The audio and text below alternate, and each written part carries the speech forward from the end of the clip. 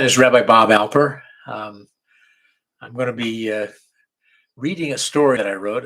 I've written about 75 stories in my two books, and this one is the book is called um, "Thanks, I Needed That" and Other Stories of the Spirit.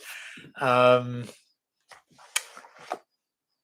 you can find me on my website. It's bobalper.com, bobalper.com. I'm a rabbi. I'm a stand-up comic, and I'm a writer. And today I'm going to read a story from my book.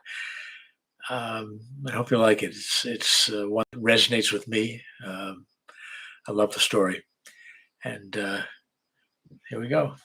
It's called The Pilot.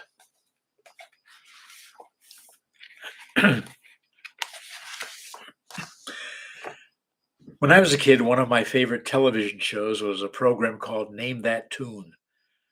Two contestants would vie with one another to see who could be the first to shout out the title of a song played by the studio orchestra.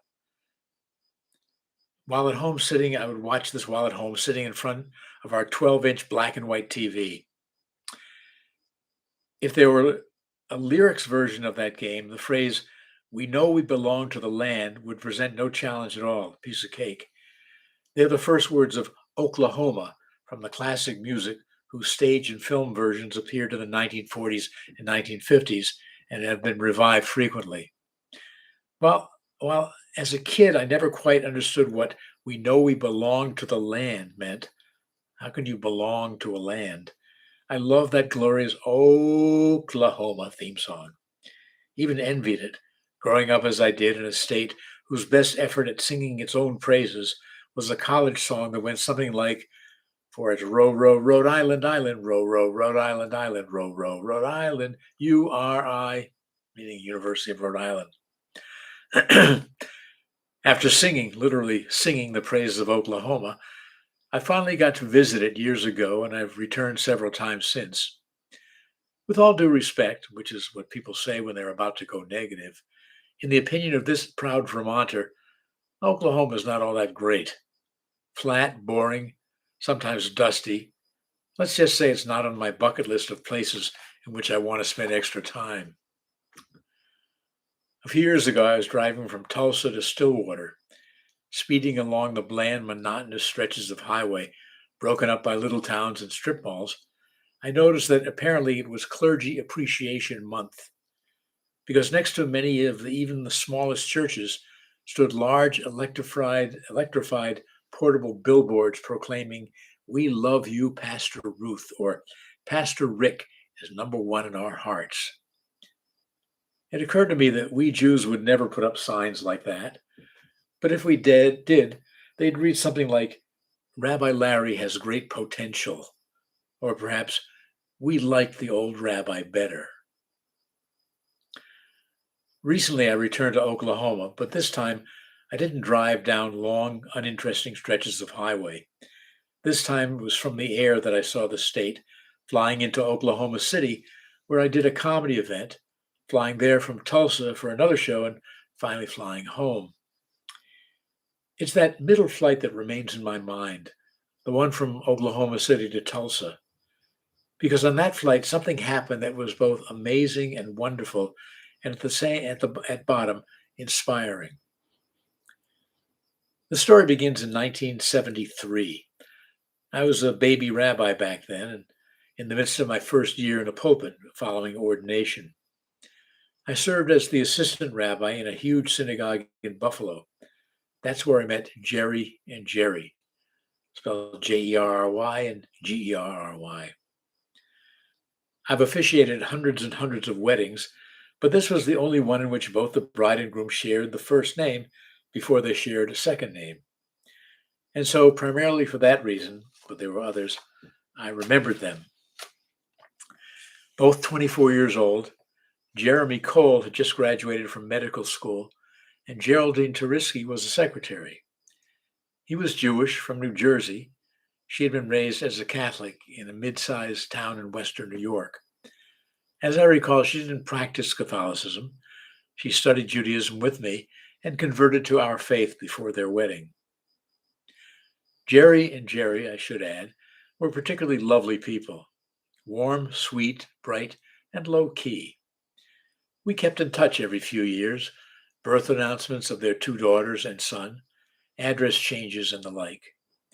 We might even have run into one another somewhere along our different journeys, theirs to medical practices in California and eventually Oklahoma City. They were a good family, a good Jewish family. I drew satisfaction from the part I played in their lives. So it was particularly meaningful when Jerry, the wife, contacted me asking if I would officiate the wedding of one of their daughters, Shayna, the child of people I had married. Plus, it was not a hardship duty. The wedding took place in Sedona, Arizona. It was in Sedona at that beautiful wedding that we caught up with each other in ways much more specific than that which letters and email allowed. I knew of their terrible tragedy, and in Sedona, among the festivities and happiness, many more details were shared. Their son, Matt, always wanted to be a pilot, and by age 23, he had earned his commercial license. And then, catastrophe. A small plane, a crash, and fire causing horrific burns. Matt survived barely and has undergone years of intensive rehabilitation and countless operations. He's able to walk and speak. One can only imagine what kind of constant pain he endures. I met him for the first time at the wedding in Sedona. Matt has no hair. He wears a toupee. Both ears are gone. He clips artificial ears to magnets embedded on the sides of his head. His face is deeply scarred, greatly reconstructed. His right arm was amputated at the elbow, and he wears a rubber prosthesis. The best doctors could do with his left arm was to allow Matt to keep it, but his hand is permanently fused in a semi-closed position. And he's a nice guy, personable, engaging, kind, polite, very intelligent. He lives with his parents in an Oklahoma City suburb. Gracious host during my return to Oklahoma, Jerry and Jerry had arranged for me to fly from show to show in a 4-passenger plane rather than take the boring drive. We had brunch together, and then on a quiet Sunday morning, they accompanied me on my flight. Jerry and I sat in the back, while Jerry, the husband, sat up front next to the pilot. We all wore headphones that blocked much of the engine noise and it enabled us to speak with one another. But in the front seats of the plane, it was mostly business, doing the checks and rechecks of the equipment and navigation, plus all the usual back and forth with the air traffic controllers. We had flown out of a small private airport, but were set to land in Tulsa, a major commercial hub. I will never forget that hour's flight, chatting with Jerry while watching the landscape slowly pass beneath and the clouds float above. We talked about their lives and mine, particularly about Matt's tragedy, the years she spent living with him and near him at rehab hospitals, the struggles and the accomplishments. The flight was smooth and comfortable and totally routine. We checked in with Jerry and the pilot once in a while, but they were primarily occupied with the many details of flying. Throughout the flight, we could hear the confident, reassuring voice of the pilot radioing the air traffic controllers. Tulsa approach, Tango 628 with you at 5,000 feet, heading 080 degrees with information Bravo. And the reply, Tango 628, Tulsa approach, descend and maintain 4,000 feet, turn left, heading 070. Our pilot would confirm, cleared for 4,000 and left turn to 070, Tango 628. Pilot talk. Strong, crisp, highly skilled. It was a small plane, but I wasn't worried. We were safe and secure. And our pilot, it was Matt. Matt was flying the plane. Matt was in charge. Matt was the sure, authoritative, calm voice of Tango 628. I keep in touch with Jerry and Jerry, primarily through exchanging emails and reading one another's Facebook postings. Their older daughter, who lives in Oklahoma City, has 2 children.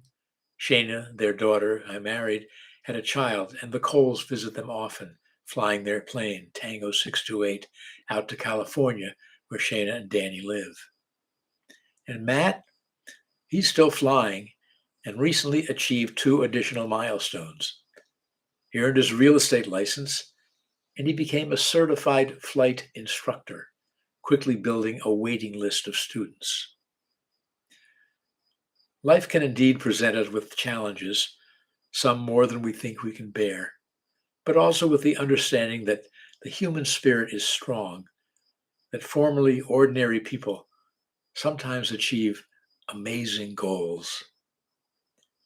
Tango 628, Matt confidently at the control, soaring through the heavens.